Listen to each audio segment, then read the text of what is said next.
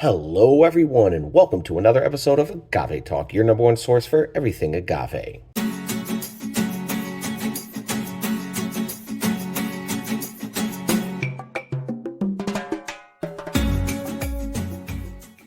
We appreciate you being here with us today. Today, I'm checking out, I'm gonna be honest, this is a brand that I drink often. Yes, especially where I live. There's actually quite a few local bars, craft cocktail spots that have La Luna Mezcal Artesanal on their menus. Yes, and I'm a big fan of this. I will be honest. This is not open. You are on this tasting journey with me, but I am a fan, especially of this bottle, because this bottle is not going to break the bank, and it is such a cool, unique mashup of magueys that definitely stands out way more than just your regular espadín, right? So, yes, this is not an espadín mezcal. A lot of brands, when they are making mezcal, especially their entry tier, they're using espadín. It's kind of like tequila Blue Weber, right? Mezcal, espadín, 70 to 80% of mezcal you're going to taste is espadín. It comes from the espadín maguey espadín, right? But this, La Luna, their entry offering is actually an ensemble. So you'll see the words cubreata really big right up here, right? Cool, great. But this little word here and this little word here, manso sahuayo, cubreata, and tequilana.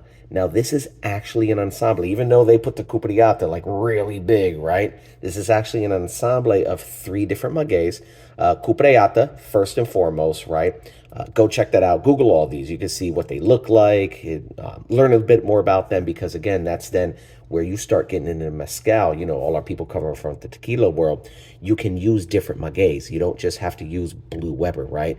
You don't just have to use espadín. You can use different magueys, different species, and that's what this is. The cubreata stands out, but it's also including an agave called manso sahuayo, and also tequilana, which is Blue Weber. Yes, this is actually including Blue Weber agave, which is what they make tequila from. And the manso sahuayo it's kind of like what the locals call it. There's not really a name for it, right? They actually have it could be like a manso, chato, saniso, right? Coming from the town of Durango, Durangensis. So that's a unique one for sure. But man, the star of the show is the cubreata. And I say all this because this bottle is 1 liter. You can find this and it's not going to break the bank. You can find this honestly for like 35, 40, 45 bucks, right? For a cool mashup of agaves in a 1 liter form. You can't beat that, man. Hats off to La Luna. And especially, too, this is a mezcal artesanal. So they're using a bit more, greater methods than just that industrial mezcal. But if you've watched our videos as well, I explained the 3 tiers. It is a bit lower than the Ancestral, right? So La Luna, they got a whole lineup, but today the star of the show is this ensemble. And most people just say, yeah, it's a cubreata, but it's not. It actually is an ensemble of 3 different magueys, right? So super cool. This is clocking in at 46.12%. This is coming out of the state of Michoacan. It is one of the states that is allowed to produce mezcal. So go check that out, Michoacan. And you got a lot of production stuff on the back, some of that information where they're really breaking it down. And that's one thing I always love and respect about mezcal. I love how many of these brands put the production methods on here. They put a lot more information, because somebody like me, just kind of nerdy with this stuff, like I like seeing that, right? But man, you got some cool graphics here. You got the maguey, with our stock coming out, our quiote coming out right there, some regulatory things. And you got over here a little bit of a story. So it does tell the story of La Luna Mezcal. You can check that out on their website. We got a little agave guy right going on right there. But yeah, man, they're doing some really great stuff, producing some solid bottles. And like I said, this one right here, man, we about to open it up, pour it out, check it out. All right. And with that being said, looking at the neck, this is sealed. I like to cut my my labels and make them nice and neat. So let me do that real quick. All right, got one side, got the other side. Cool, cool, cool. And this is just a, oh, breaking the seal. Just a plastic screw top. Nothing really fancy going on with the top right there. But man, let's see what's in this bottle. If you have not done so already, please hit that like and subscribe, as well as follow us on Instagram at Agave Talk, all right? Appreciate you being here. Like I said, man, La Luna Mezcal, they're cooking their piñas in earthen ovens lined with volcano rock. That's some of the production methods. They're heated by moist white oak. So they're using white oak to kind of, char these, cook these, bake these, smoke these. So that's going to add a bit of a flavor to it as well. And then they cover it with agave leaves, palm leaf mats, and dirt.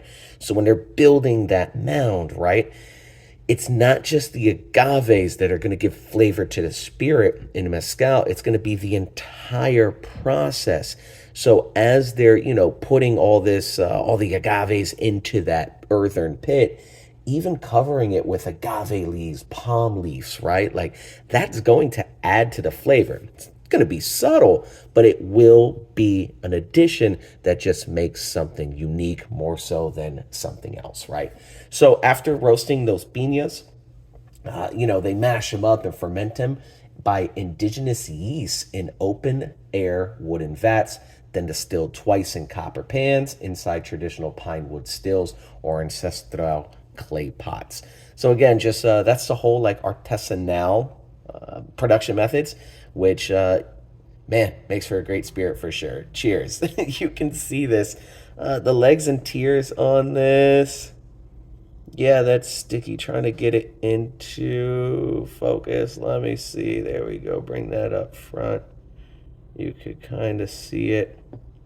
That's sticking around. It's definitely sticking around. And yeah. All right. Let's take a smell on this. Oh man. This, I'm telling you, and it is their entry level. It is their entry level, but when I tell you, it's just such a clean smell on this, but it's unique because it has that mixture of the cubreata, which by itself I'm a fan of, but it has Blue Weber too, which is super cool. And then that chato, we got the cenizo over here, which just adds such a different layer. They are cooking and roasting this for 90 hours underground and letting it ferment for 120 hours. A pretty long process that they're doing this. And with that, the cook time, you're definitely getting some smoke.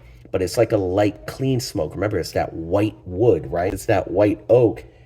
And it's just like, it's light. And it's great because it's not aged, but you are still getting some of those wood notes just from that smoking process and 90 hours of it. Everything they do, it's done on purpose, right? It's done to give that from the master mezcalero. It's done to give it that taste and profile that they want and believe like, yeah, this is it, right? So, oh man, the aromas on this definitely,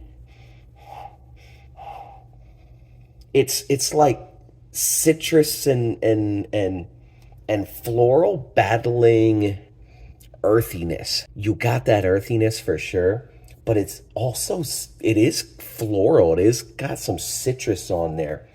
Oh man, like I'm getting, it's even like guava, right? Like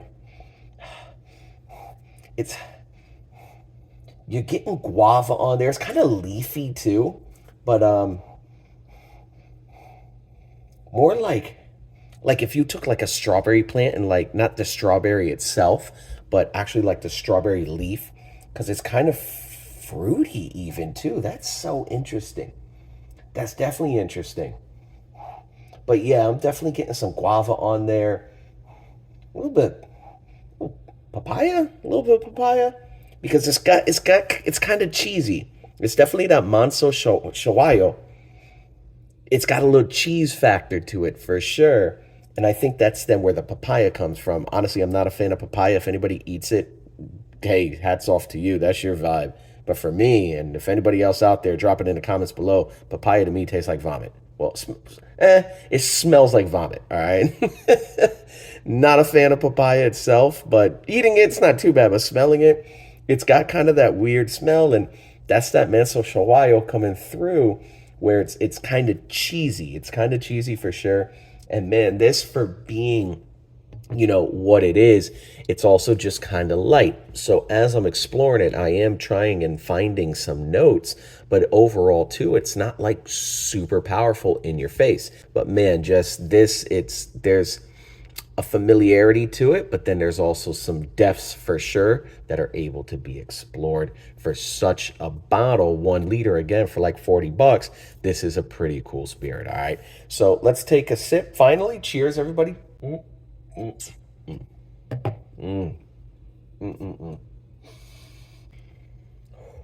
Oh yeah. When I tell you this right here, it's great to sip on, but man, also just using this in a cocktail, it shines so much because as subtle as it can be and as simple as it can be, it also brings a lot to the table. So if you just smelled it once off the top, okay, cool, hey, great, kind of smells like mezcal, right? A little bit of smoke on there. But as I'm smelling it, I'm really exploring some of those layers, right? But then that's where I say it's kind of simple. All right, it smells like a mezcal, kind of simple, but also too, once you really start exploring those layers, you got to give it that respect because there's some stuff going on in there. When you take that first sip, for sure, it's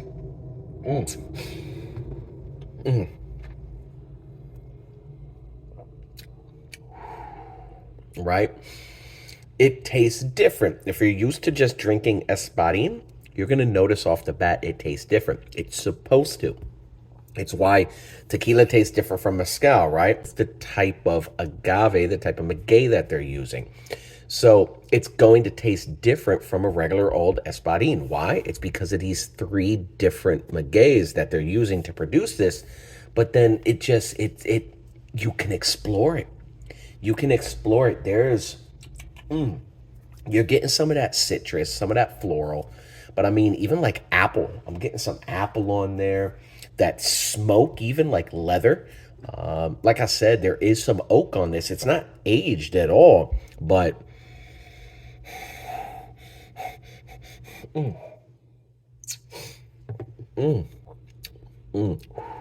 you're getting that oak and that smoke and that wood just from the production method, right?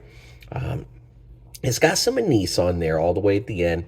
It's not peppery. It's not really peppery. You got a little pepper in the very first. I mean, that was just my mouth getting ready for and tasting the alcohol.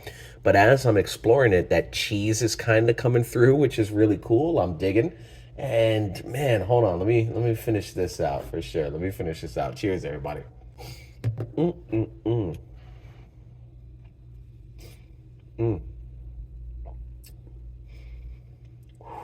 You got some minerals in there. Like, it's kind of earthy. It's kind of minerally, right? It's got some salt on there. Like this, it's something that you would see for the price and just kind of be unassuming. And yes, as it's being used a lot in cocktails, and that's where then I even use it in a lot of cocktails at my house, right? The reality is that, yeah, if you just take 1 sip of this, it's just going to get kind of lost, right? Okay, I'm drinking mezcal. Cool, great. On to the next one. The reality is there's some stuff going on in this bottle, and at a price point where no, I don't know anybody else truly doing that. So man, super shout out to La Luna. Definitely a fan of this. Can highly recommend for sure. Not even just to sip and explore, but man, just how it really sets up in a cocktail and really shines through for sure. All right. Well, that's it. We appreciate you being here. If you have not done so already, hit that like and subscribe, as well as follow us on Instagram at Agave Talk. All right. Take care, everybody.